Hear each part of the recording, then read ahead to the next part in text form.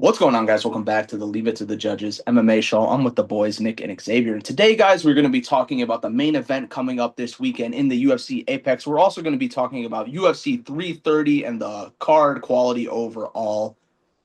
How we doing, guys? Let's go. Let's talk about Saturday. We have a main event in the Apex here. One of the most exciting prospects coming up the rankings, Quillen Salkilld takes on Mateus Gamrot. And this is it, guys. This is Salkild's big test here. Top 10 guy. Gamrot's been around forever, has some big wins. He's a stylistic problem for a lot of guys. Salkilld, he's knocking dudes out, finishing everybody. How do we feel about this main event and this test for Salkilld? I think it's kind of the perfect matchup for him. Not in terms of like stylistically, but in terms of like testing to see what he's got in the grappling truly. Gamrot, for all his flaws and all the the shitters that he's put out, he's still a guy who has out wrestled Armin over 5 rounds. Um, and clearly has shown like pretty good cardio, even though I will argue that like in recent years his cardio is starting to kind of like abandon him a little bit. Maybe that's weight cut, maybe that's just getting older and not training as hard. I don't even know, but I will say I do think that the Gamrot that like out wrestled Armin for 5 rounds. I mean, for 3 rounds at least, but like wrestled with him for hard five. I don't know if he can push that pace anymore that he once could. Um, But either way, like you can take nothing away from him and his wrestling and his grappling. And for Salkilld, like, we've seen damn near everything else from him. Obviously, he has like pretty good jujitsu,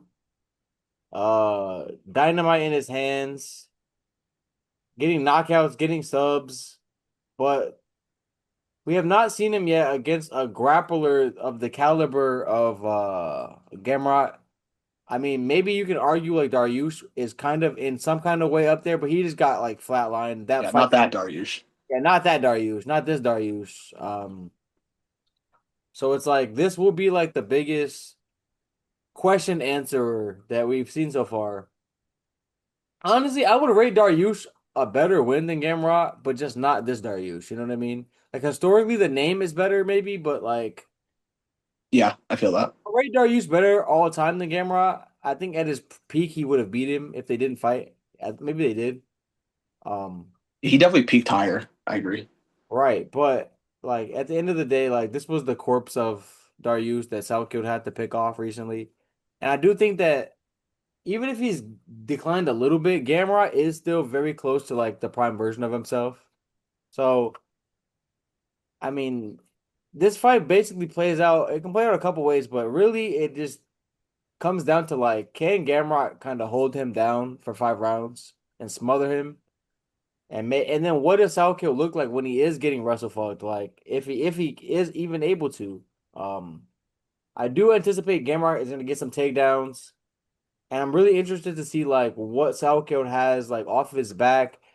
I know he has jujitsu, like I said, but like I don't think that that's the strat here. I don't think you're gonna probably just sub Gamrot up.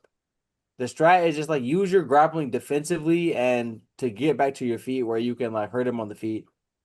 So yeah, this is gonna answer a lot of questions, and I'm really excited to see my boy Quinlan pass this test. Yeah, I love this fight. This is a classic contender versus gatekeeper kind of fight. And Gamrot is a gatekeeper at this point. As I Also, one of your favorite fighters, right, Nick? Oh, he's so great, That Dan Hooker fight, he looked amazing and he lost. And then who else he lose to? He has some questionable L's on there. Oh, Dariush. They did fight. Right. Forgot about that. Yep. Dariush somehow dropped him. And he almost got finished by RDA in the first round. Like at this point, gatekeeper Ed by far. The gamer, come on. But I do agree. I think to this point, we haven't seen Salkilld face this good of a wrestler, which I'll give Gamrot that credit. That's all he's good for these days. But Right. and I picked him last time, and I didn't even want to really. Like, I was a fan of Ribovic. I was hoping he would just knock him out. But we'd seen Ribovic against other wrestlers, lower caliber, didn't do very well. And Gamrot went out there, defended his ranking, looked good in the fight too. He sub him up first round, Think so. something like that. So he is coming in with some momentum, but I do trust Salkilld being like very all around a good fighter. And I just feel like those are the people Gamrot has struggled with. And like I said, man, if you're getting chinned by like 60-year-old RDA on his like 50th UFC fight, like I just can't trust the chin either. If we're on the feet for a good portion of this fight, I think there's a good chance Salkilld finishes him. I think there's levels above there. And I feel like the wrestling's just a lot closer. Like if they're on the feet, I could easily see Gamrot getting KO'd with one of the first few shots. So I mean, it's definitely a test. Salkild's gonna have to pass because we haven't seen anyone chain wrestle against him yet, and that's what this is gonna be. But I trust Salkild. I, I I think the dude's a beast. I think he's the only contender who like can crack that top five right now. Uh, yeah, I like me some Salkeld. Yeah, I think I'm a little higher on Gamrot than most people. I think he will have success in the wrestling this fight, but I just don't think he can hold him down for 5 rounds. And I do think he is outgunned on the feet. He does struggle sometimes. He is a little chinny. And Salkill, I know we touched on it. The names aren't amazing, but he clearly can thump. He has a lot of power. I'm gonna go with Salkill by like late round three, early round four. TKO. I think it's a bit of a scrap here. Like this is gonna be a good fight. Yeah, I can kind of see this fight playing out where it's like I think Gamrot's gonna be kind of like wrestling, like controlling his way to like some rounds, or like at least like he'll be winning in the grappling for like large parts of the fight, I think. But I can kind of see, rounds where like let's say Gamrot gets a takedown 1 minute into the round, has like 2.5 minutes of control time, but it's not like super dominant like position.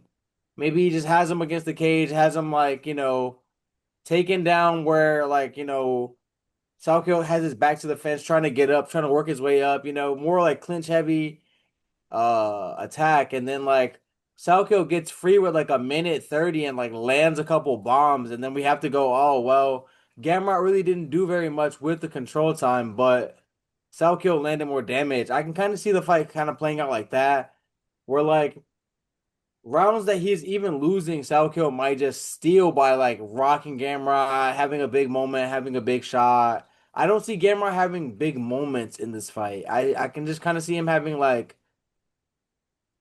prolonged grappling success, but like where he doesn't get much off. And then when he tries, I kind of expect Salkio to like be able to use those opportunities to escape and then like try to like land the more damage, and maybe like by round three, by round 2.5, like Gamrot shooting takedowns, he a little beat up, and then like they're not landing as much, and then like it starts to kind of get away from him like that. We have seen that like when Gamrot can't secure these takedowns, he kind of, I don't want to say completely falls apart, but like he does like look less composed in there, and like does he can't get stung up, you know what I mean? Like you can't be losing to Dan Hooker, you know what I mean? Like I think Salkill would murk Dan Hooker, so it's like that fight showed me a lot about where Gamrot's at, and I do feel like if Dan Hooker can finesse a splitty off you, Salkill can land a bomb over five, like he can land a bomb. So the meta rankings has, 'cause that's what they're going off of. The meta rankings has Salkild at 12, Gamrot at 8. If all goes to plan for the UFC here, let's say Salkild gets this dub that we're talking about and he moves into the top 8. How do we feel with him against guys like the heavy hitters, Roofy, BSD, Patty, Max? Because he's not going to get a title shot after this. He's going to have to get one more hurdle, maybe two. How do we feel about that upper echelon of lightweight? I feel like he belongs. I don't think that any of the matchups that you said, I look at where I'm like he doesn't have a chance, or I don't think that the fight would be competitive. I do kind of question, like, just because of the level of competition, right? I have to question It's nasty. how he would how he would fare up there against some of these guys. But I think that this fight will answer a lot of those questions. For example, like if like let's say like he's stuffing Gamrot left and right. Gamrot actually shooting takedowns, no Bilal Muhammad type strats. He actually goes out here, tries to implement his game, tries to get these takedowns and secure them, and he kind of can't.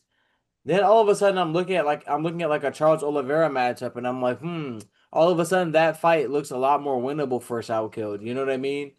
Whereas, like, let's say, like, even if he's getting up, you know what I mean, or like, even if he's just like surviving long stretches, like under Gamrot on the ground, getting controlled a lot, then all of a sudden I have to figure like, damn, if Charles was able to get this same type of control time, he can probably find a sub. You know what I mean? He could probably get to a dominant position, and you know what I mean, be a little bit more problematic, be a little more damage inducing on top. So this fight will answer a lot of those questions, but like you know what I mean? Like me just having to assume right now, I do just tend to assume that Salkilld will be able to at least scramble back to his feet against some of these guys.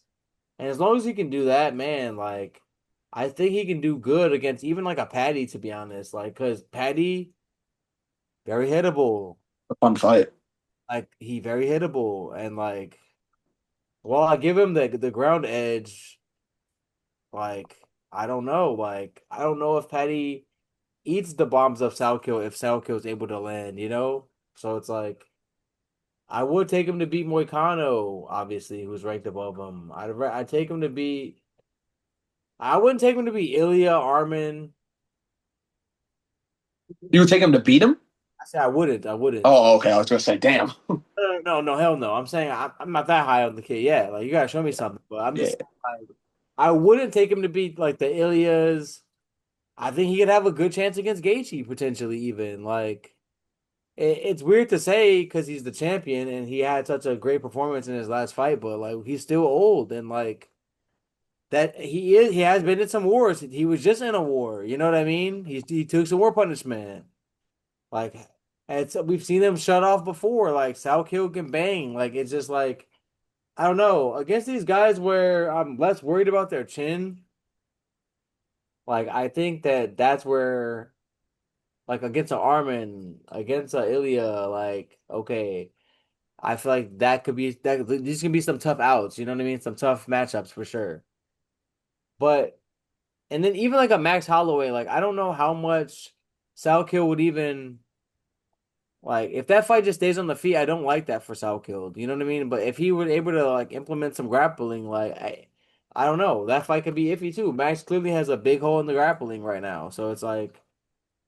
I don't know. Like, I do feel like he can hang in the top five for sure, like at bare minimum.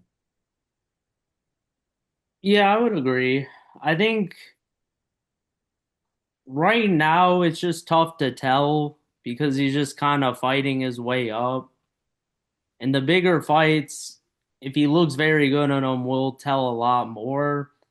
But I would say right now, especially if he like beats Gamrot the way we're thinking, he beats BSD surely. I would expect I just would, on gas tank. I would also expect him to beat BSD right now. For what I just saw, yeah, definitely. I think Patty, that's a bad matchup for Patty as well. I could see that. Max Um, is a tough one, but he's only getting older too, and that chin, I'm telling you, very questionable right now. So I think Gamrot would be, or Salkeld could win that. I think right now, top three seems tough. But Oliveira is getting older.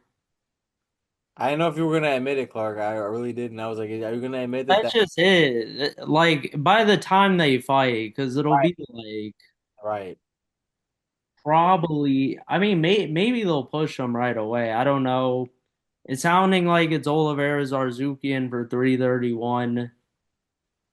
So I'm not sure where this is gonna go. Are they gonna win that in a 5 rounder or what? What's up? Yeah. Is it gonna be a 5 rounder? Like, is it gonna be an interim? Or is it going to be BMF? I don't think it's either. I believe Okay. it's a 5 round co-main. It's not official yet from the UFC, but My thing is like the only way that fight really makes sense is if you make it 5 rounds because we already saw it three. Like, 100% and needs to be five. I think everyone left that first fight thinking like the exact same thing. Like this needed to be five. Like I would love to see this continue on, and like it was kind of one of those fights where like yeah, like maybe you can give it to Armin. I had an argument that like if you value sub attempts, like he was in a submission like for like damn near 40 seconds. So Yeah. it's like who was really at most who had the highest who was in the most danger of losing that round three, you know what I mean? I would argue Armin. So it's like 5 rounds of that would have answered a lot of questions. It kind of felt like a coin flippy kind of fight. You could have given it to either guy. And in 2 more rounds, it would just do this matchup justice. You know what I mean? Yeah, and just really quickly on that, Oliveira has fought 4 times since their first fight. Armin Saryukin has fought only once. Listen, the RAF stuff is fun. It's great exposure and all that. The streaming, I'm over it, bro. I'm just completely over it. This fight getting booked is just a main reason of that. It's just weird. Like Armin, after all this time off, getting that huge dub against Oliveira, he's like next in line for the belt. He has title fights scheduled, and then he beats Dan Hooker, and then he's back to Oliveira. And like Oliveira's low key in a more advantageous spot to get a title shot than Sarzukian is right now. So it's weird for me, but it's a sick fight, and yeah, it does need to be 5 rounds. It's definitely weird. It's kind of sucks to be honest. No one wants to admit it. Like, I shout out Kobe Covington, man. Shout out Chaos, but like, why are you losing wrestling matches to Kobe Covington? Like, granted, Kobe Covington a big fuck, you know what I mean? But like, I don't know. I think that he was like at least minus 400, minus Oh 500 wow. to win that fight, to win the RAF match against Kobe Covington. And like, Kobe Covington beat him. I'm like, okay, like, it was one thing when you were like steamrolling guys on the RAF map, but now it's like, damn, you're out here losing to UFC vets, like UFC washout vets, like, you know what I mean? Right. Wrestling, like, I need to see you back in the cage, bro. Because now I'm being like, oh, like I found myself being like, oh, Armin will probably beat him in an MMA fight right now. But then I'm just like, why isn't he fighting MMA? You know what I mean? Like the wrestling shit's all cool and well when you're winning, but it's like then it's like when you're losing to old vets, it's like get your ass back in the cage, bro. Because what are we doing at this point? You know what I mean? Facts. I love this for Oliveira, by the way. If this matchup is Huge opportunity for him. Very winnable. I mean, Charles honestly just keeps quietly just adding to the resume, bro, as the very clear, definitive third best lightweight of all time. Uh Like shout outs to him. Like he's been doing his work just because he's not getting like to the title necessarily these days.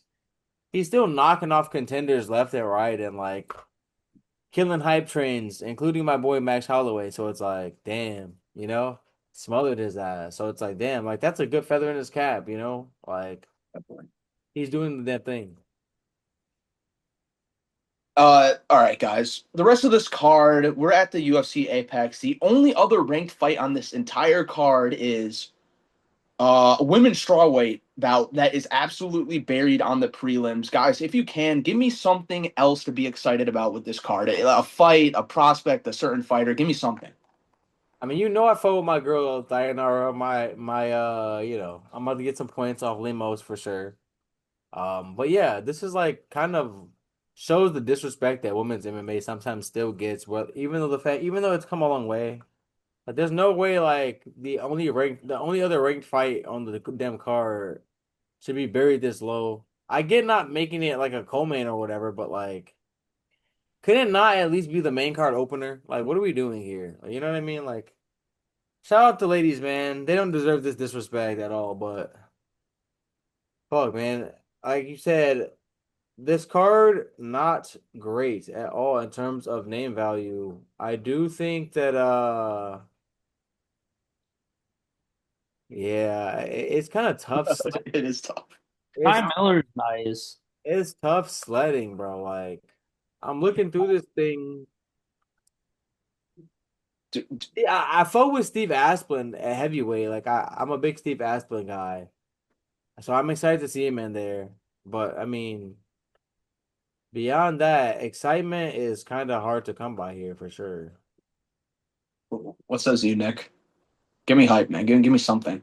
The same. When you have 50-year-old Diego Ferreira and 46-year-old Billy Quarantillo as the co-main event of this card, you just know it's a stinker, right? Like there's no doubt about it. The Darren Elkins fight, Yadir Devel is kind of an interesting one.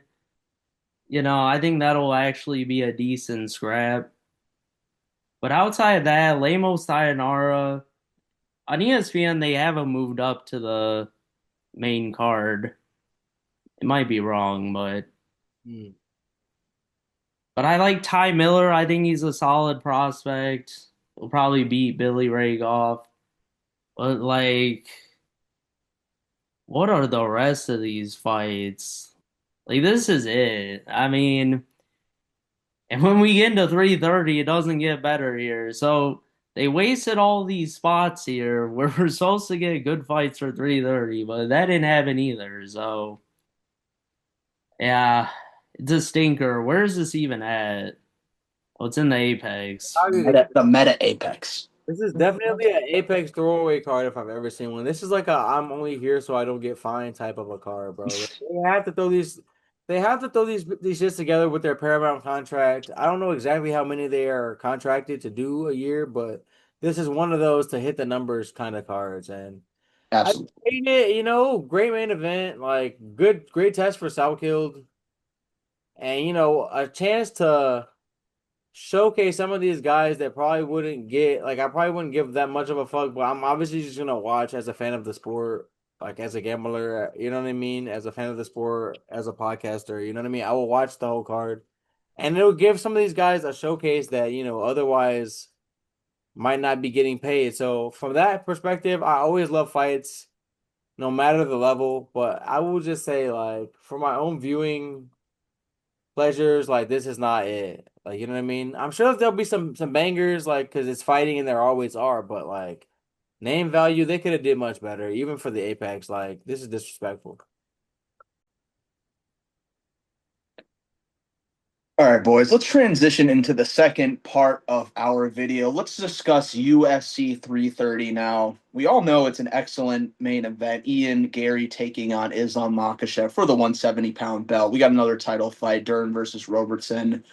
But man, online, this card is getting dunked on, guys. People are not happy about the quality. We're only 2 weeks out here in Philadelphia. It seems like there's a lot of key names missing here. What are your guys' thoughts on this card? Like besides the main and co-main, because those are good fights. I mean, this card without the main and co-main wouldn't be fit for the Apex, to be honest. Like, I'm exaggerating, of course. Like, this would probably be like a decent, like, name value type Apex card, right? They do have a lot of veterans, but what they're missing is a lot of promising contenders, right? I feel like these cards are supposed to be mixed with like veterans fighting contenders, And like when I see like a Geoff Neal versus Chidi Bang Bang, it's like, yeah, that's a cool scrap.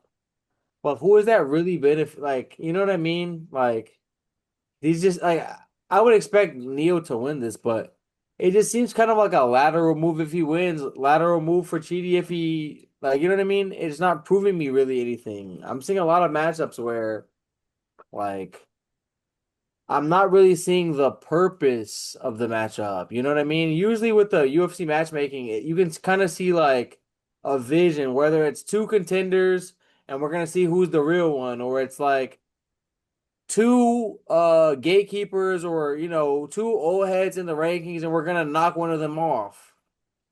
make room for a young contender. Like there's usually a purpose, like you can kind of see. And with a lot of these matchups, it just seemed like they threw a lot of this shit together, to be honest. Um, but I do expect some good scraps. Like this Jeremiah Wells Orobai fight, like should be pretty fire. Like, so I think that like in terms of entertainment value, we're gonna get like a solid card. But in terms of name value, this is like piss poor. And I think that they're just really coasting on the main event and how big of a name Islam is and how big of a name Gary is, really. Yeah, I agree. I don't know when the last time they went to Philly, but I would be so pissed to see. First off, there's only like 10 or 9 fights on this card. Like, what is that?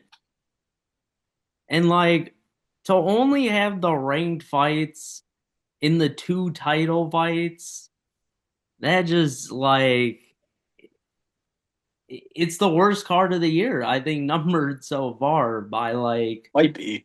a good margin. Like it's close with Volk Lopez. I remember that card being a little That was stinky. too, but they had more ranked fights at least. And there's only 2 on here. And look, I like Oro by I like Ribovic, Barboza, Oro Wells, all these, but it's like first off, how is Abdul Malik Stolfus on the main card of this That's pay-per-view? what I'm talking about. Well, as the third fight down, like You don't rate that? Like, how old is Stolfus first off? Okay, 30. He's not as bad, 34. But like, all I've seen of the man is like near nothing so he far. just lost to an old ass Gaston in his last fight. Like, You really? yes, bro. Abdul Malik's coming off an L2, but at Oh least he's yeah. like a I'm prospect. Stone Juice is coming off 2 losses in a row. Like, and he's like, what do we do? Is this just a highlight spot for Malik? Like, that's probably, but Assume, but why is this on the main well, card? Malik coming off of a fucking loss. So it's like, what are we doing? Well, He is. how are we rewarding this shit? Like, He's coming off a KO loss. that's what I'm It's saying, super bro. strange.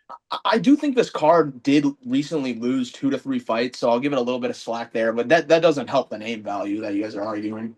It wasn't even better before. Like the only other ranked fight that we did lose here was Jasmine Jasvicius versus Blanchfield. And that's it. And I don't think that would have saved how shit the card still was. Not at all. So like we can't find anybody out here ranked who can pull up on 2 weeks.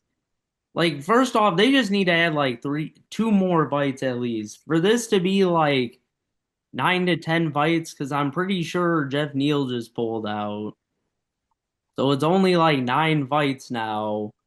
Like they gotta put more on here at least. Like for Philly, they're just going there like with this 9 fights is gonna be over in like 2 hours. Yeah.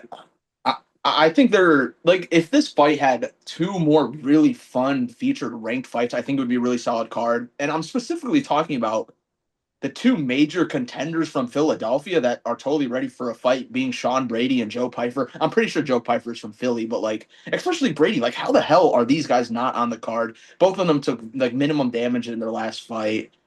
There's sick matchups for them, especially Piper. I would love to see him against Acosta or Allen. Same with Brady. There's some cool bounce back matchups after beating Buckley.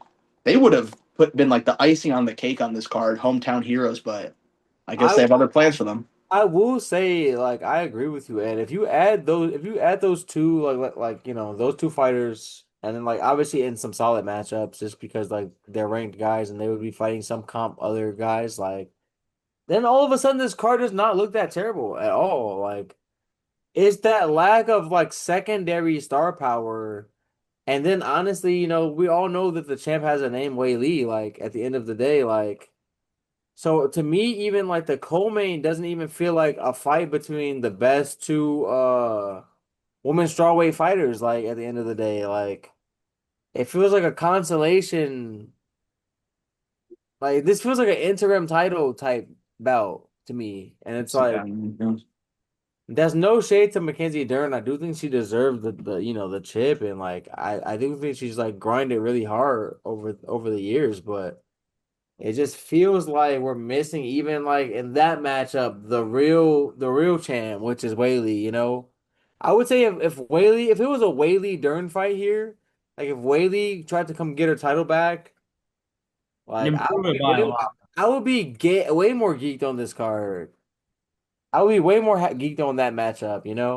So it's like it's no fault of Jillian Robertson or Dern. It's just like it just doesn't have main card kind of. I mean, it doesn't have pay-per-view kind of feel.